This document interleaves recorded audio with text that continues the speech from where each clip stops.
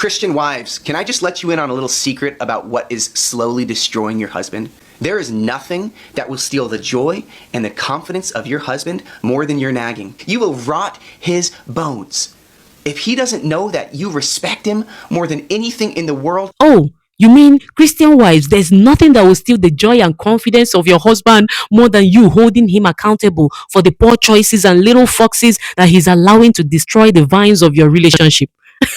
Because what's this guy talking about? So the thing is this, most men hate accountability, but most Christian men especially take their hatred for accountability to the next level by using the Bible to gaslight women for holding them accountable. And that's just the fact. So why should I respect a fellow human more than anything in the world if he's not respecting himself or if he doesn't do anything to earn my respect? So the thing is this, salvation is the only free gift in the whole world. When they say there's no free lunch, that's the truth. But salvation itself is the only free gift. But even that salvation, after receiving it, Bible says you need to work it out with fear and trembling. So God has already given you that gift of salvation, but you don't mess around with it. So similarly, for a woman to even agree to marry you, it means that she's according you the highest level of respect. She has looked at you up and down and said, this is somebody that is worthy for me to build a life with. This is somebody that I'm willing to stake my life and go on this life journey with that person. That's the highest form of respect.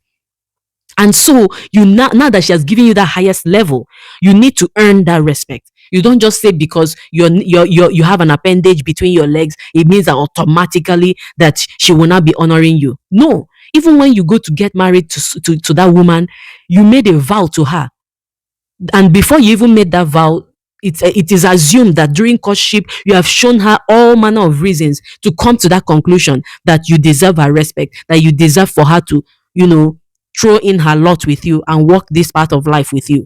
So for you to now enter and then you relax and familiarity turns to contempt, you start misbehaving and start behaving like a baby and say, please respect me, please respect me. That's just nonsense. You can't eat your cake and have it. It doesn't work that way.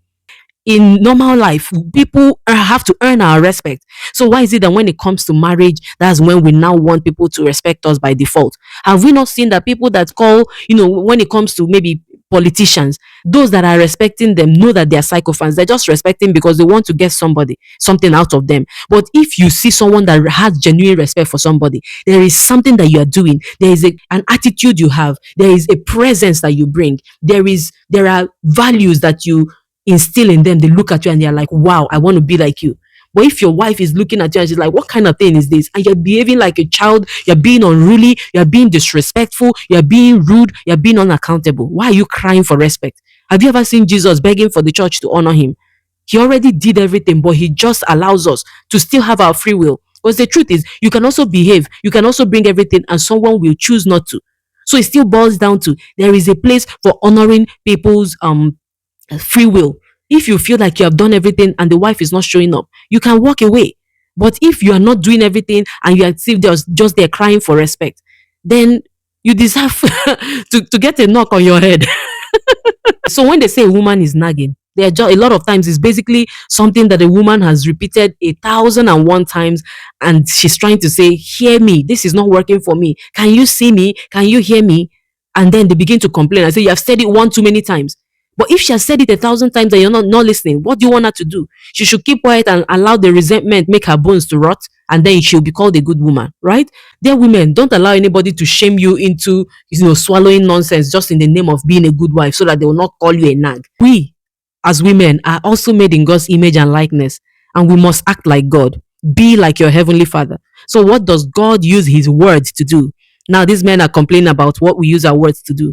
He uses his word to rebuke, to correct, to instruct, to encourage, and many more things. And so should we. So if you're in a relationship and you expect your wife to only praise you, but not call out bad choices that you're making that are impacting the relationship, then you are telling her not to act like a heavenly Father. And since you are addressing Christian women, that is a sin, telling us not to behave like God. Now, secondly, the Bible also says that better are the wounds of a friend than the kisses of an enemy. So if you're telling your wife, don't tell me what I'm doing that is wrong, just flatter me, you are choosing the kisses of an enemy. You want your wife to be a flatterer. But Bible says that pride goes before a fall, right? So we are not subscribing to that. Because when a woman signs up to a relationship with a man, whatever happens to the man has an impact on her. So if you're expecting her to keep quiet and not tell you anything because it's going to wound your ego, we're not signing up for that, because if we leave you and you make those choices, we will still be the ones that will be expected to stay and mop up after you. So we will tell you. And if you don't like it, do whatever you want. But we will tell you. That's our responsibility if you're in a relationship with us as wives. Bible also says, don't get weary of the Lord's chastisement, for who he loves, he chastises. So what can I say about this?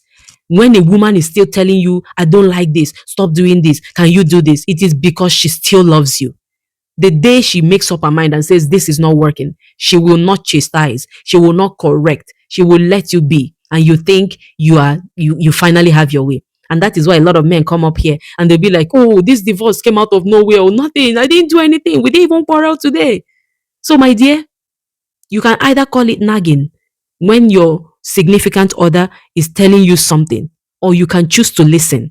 It's all up to you. But when it comes to coming out here to use the word to try and silence us, no, we know better. We also read the Bible, and we will act like our Heavenly Father. We will use our words to build up, to correct, to instruct, and to do whatever else God does with His word, because we are made in His image and likeness. Mhm.